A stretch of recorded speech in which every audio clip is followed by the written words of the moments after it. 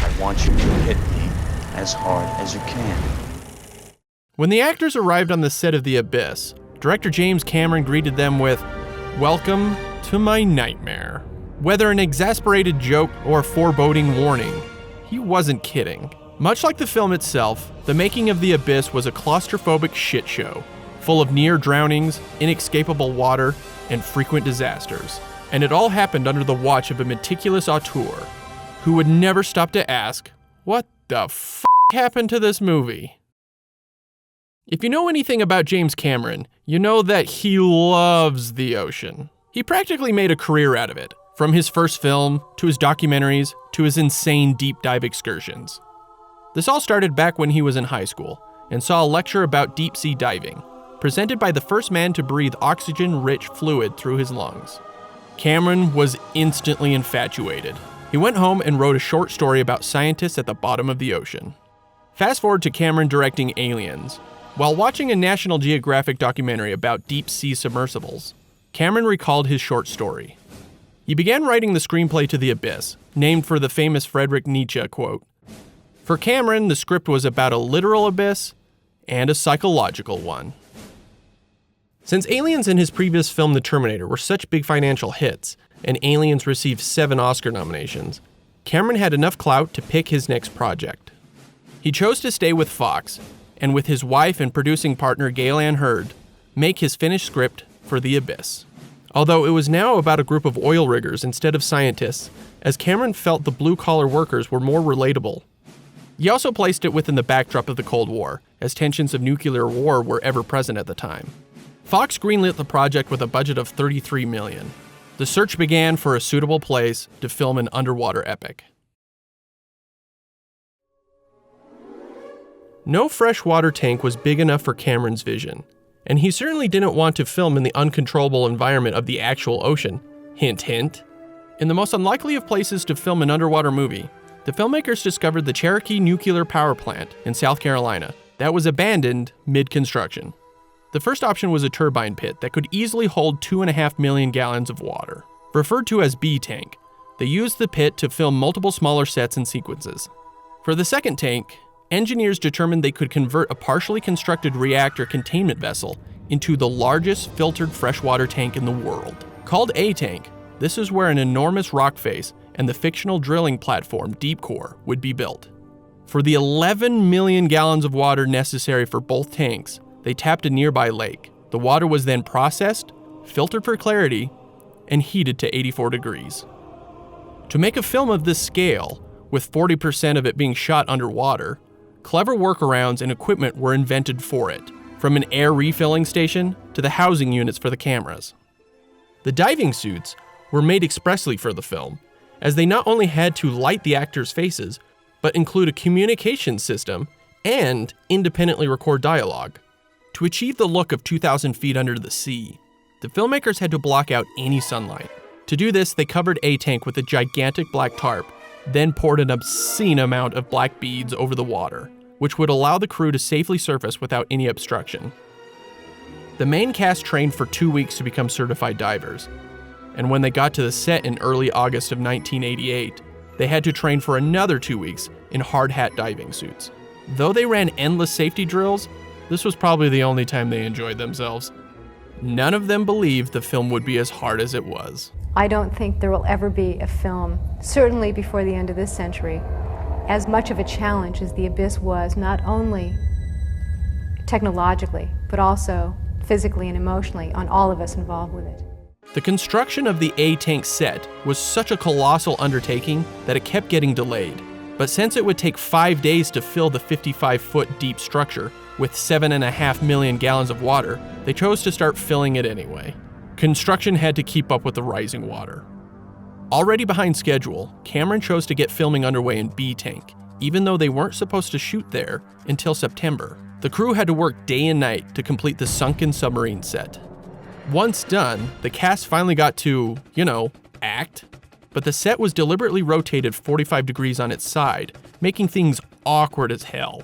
The actors, still getting used to the situation, could barely complete a shot as they stumbled around like newborns, crashing into objects and each other. Very little was being accomplished. remember getting up out of there and going, man, we're gonna be here a long time. And in rushing to get B-Tank ready, the crew hadn't properly balanced the pH levels in the water. It quickly became murky and unsuitable for shooting. They began pouring extra chlorine into the mix. It helped with visibility, but it soon showed its effects on the crew. Those not in full scuba suits and diving helmets found their hair bleached blonde. Then their body hair fell out. And then came the chemical burns. This was their first week of filming. But it was just hell. And that's how we started.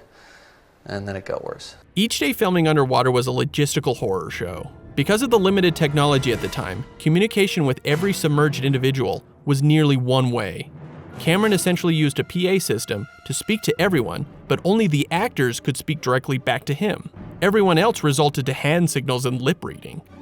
To make this work, Cameron and his crew spent hours beforehand planning every single shot.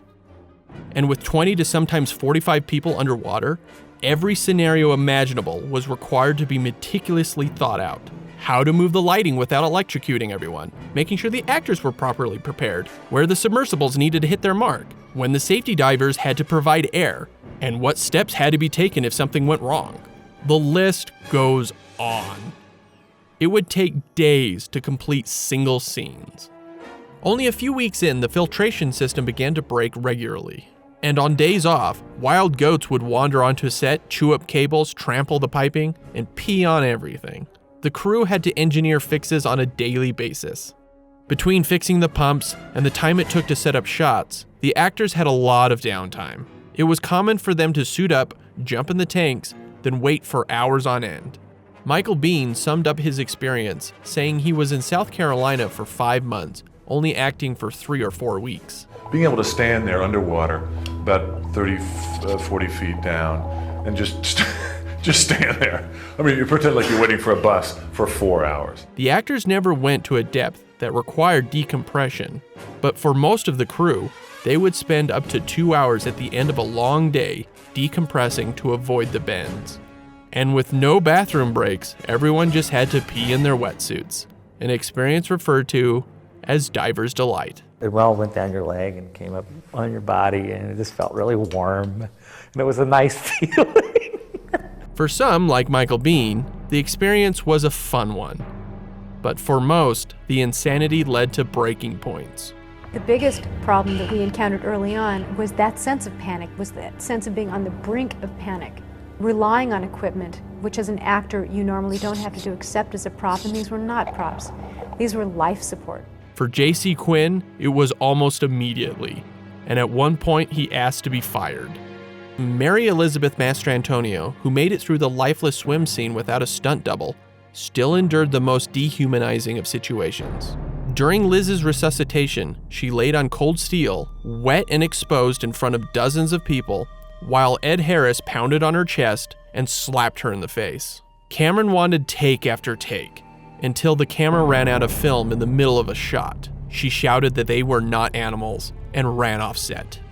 The rest of the scene was shot without her, with the camera pointed up from the floor. To this day, Mastrantonio will not discuss her time on the Abyss.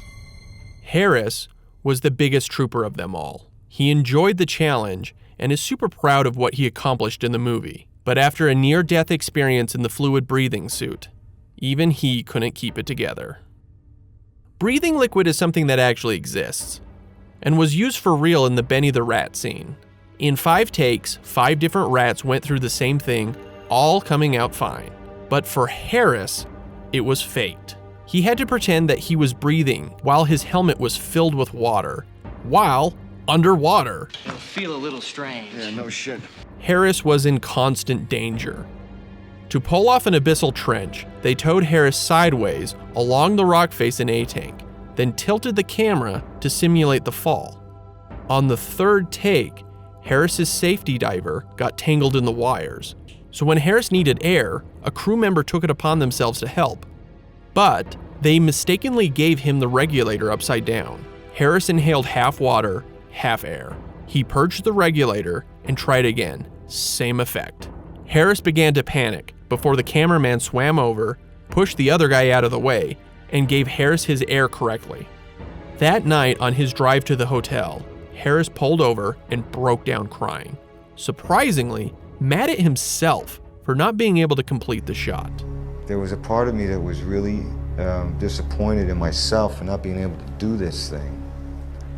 And I really thought I was going to die for a second, and it also pissed me off that I was afraid of that I got scared of that for a second. As filming dragged into fall, the weather got worse. Eventually, the ravaged tarp over A-Tank gave out, and Cameron was forced to move production to night shoots. Then, it got cold. Hurd fought with the studio to get hot tubs for the set. They thought it was an expensive luxury, but the filmmakers needed them to keep from freezing between dives. Ultimately, it got so cold that all shot briefings were held in the hot tubs. Fox would often send executives to the set, worried about budget overruns. They questioned everything, but rarely understood what the filmmakers were going through.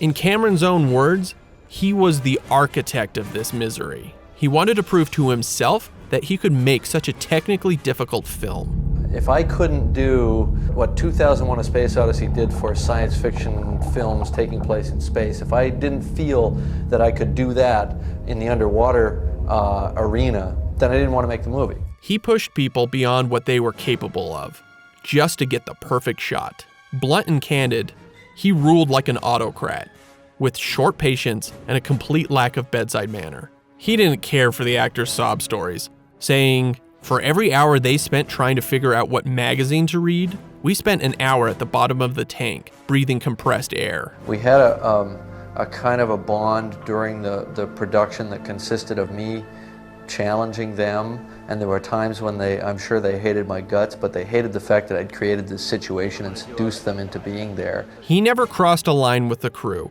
and none of them could accuse him of exploiting his position of power or phoning it in.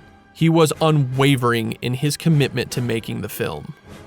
Even though he and Hurd were going through a divorce during production, he never let that interfere. So when you got that kind of leadership, you either come up to it or you get the hell out of there. One or the other, and not one of us was willing to back down. He was there 70 hours a week, planning every detail, solving every problem. He was so nonstop, he'd watch dailies underwater while still decompressing. When The Abyss finished its 140-day principal photography, it was weeks behind schedule and $4 million over budget. Like most of Cameron's films, he wanted to push the boundaries of what was possible. And in 1989, that was asking a lot. The biggest advancement was the pseudopod, which required ILM to develop technology that simply didn't exist. They built one of the first scanners to digitize human faces and wrote the book on how to make realistic water effects in a computer. After 6 months of work, ILM created the first digital 3D water effect in film. Those 75 seconds were revolutionary for its time, and it still holds up today. The film's first cut was far too long, hitting nearly 3 hours. Instead of cutting bits and pieces, Cameron took a machete to the film's central Cold War subplot. Along with a few crew member scenes, almost any mention of the tensions between the US and Russia were removed. The biggest cut was Bud's encounter with the NTIs, where they show him that they were about to drown the world for humanity's petty warmongering. Cameron was apparently not happy with ILM's practical tidal wave effect, and was okay with removing the scene. Still, Cameron toiled away with the edit and visual effects, forcing Fox to keep pushing the release date. Originally set for July 5th, it was moved to July 28th to give Cameron extra time, but under the condition that he forfeit half of his salary to help finish the VFX. Yet even then, Cameron asked if they could delay it more. What? After a year of dealing with Cameron's constant nitpicky perfectionism, Fox reached the end of their rope.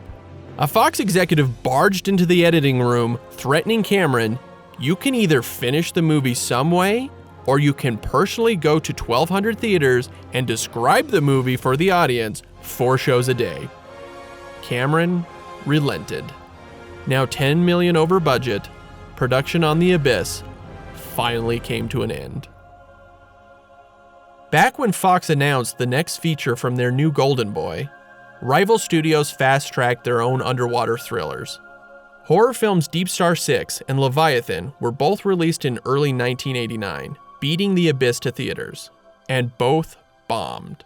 Fox grew scared audiences would be sick of underwater movies. Adding to the troubles, the media kept incorrectly calling The Abyss a horror flick, and internal testing found that most Americans couldn't even pronounce abyss. So when the film finally released on August 9th, the reception was lukewarm.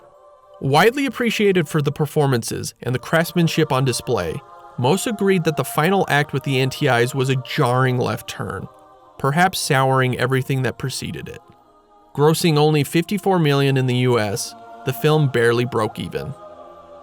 Cameron would bounce back 2 years later with Terminator 2: Judgment Day.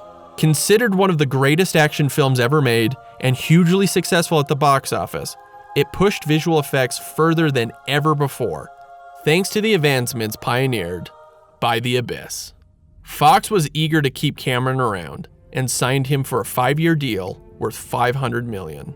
It gave Cameron unprecedented control of his future projects. The contract also allowed extra funding so ILM could complete their work on The Abyss. ILM returned to the tidal wave sequence, ditched the practical effect, and rebuilt it entirely with CGI. The special edition, released on Laserdisc in 1993 and later on DVD in 2000, restored 28 minutes of cut footage, including the world-ending scenario. However, the inclusion of that footage drastically changes the message of the film, furthering the divisive opinions about its ending. That said, The Abyss has aged very well, and is hardly the black sheep of Cameron's filmography that some might expect. In Under Pressure, Making the Abyss, a documentary commissioned by Cameron himself, he begins with this gem. I'm James Cameron, and I want to take you into a world of cold, darkness, and unrelenting pressure. The movie business.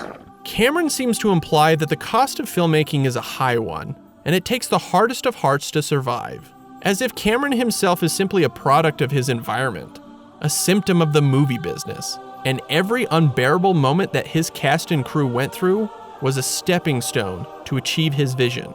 Was it necessary to go to all that? Well, I think so. I think, obviously I thought so because that's the way I did it, so you're asking the wrong person. Do you ever think you placed them in jeopardy you yourself would not have wanted to be in? Well, some people like to challenge themselves, and I think we all were trying to push ourselves a little bit. Jeopardy is relative. I may have lost a little perspective on that movie and pushed beyond what it should be, but that's the nature of filmmaking. This is why James Cameron is considered one of the most difficult people to work with in Hollywood. His desire to be the first and constant need to raise the bar on everything he does is relentless. No budget is too steep, and to the studios, the tickets sold justify his methods. Whether or not you agree that his films are worth the suffering, James Cameron is going to do what James Cameron does for James Cameron. James Cameron does what James Cameron does because James Cameron is James Cameron. His name is James Cameron, the bravest pioneer. No budget too steep, no sea too deep. Who's that? It's him, James Cameron. James Cameron, explorer of the sea, with a dying thirst to be the first. Could it be? Yeah, it's him, James Cameron.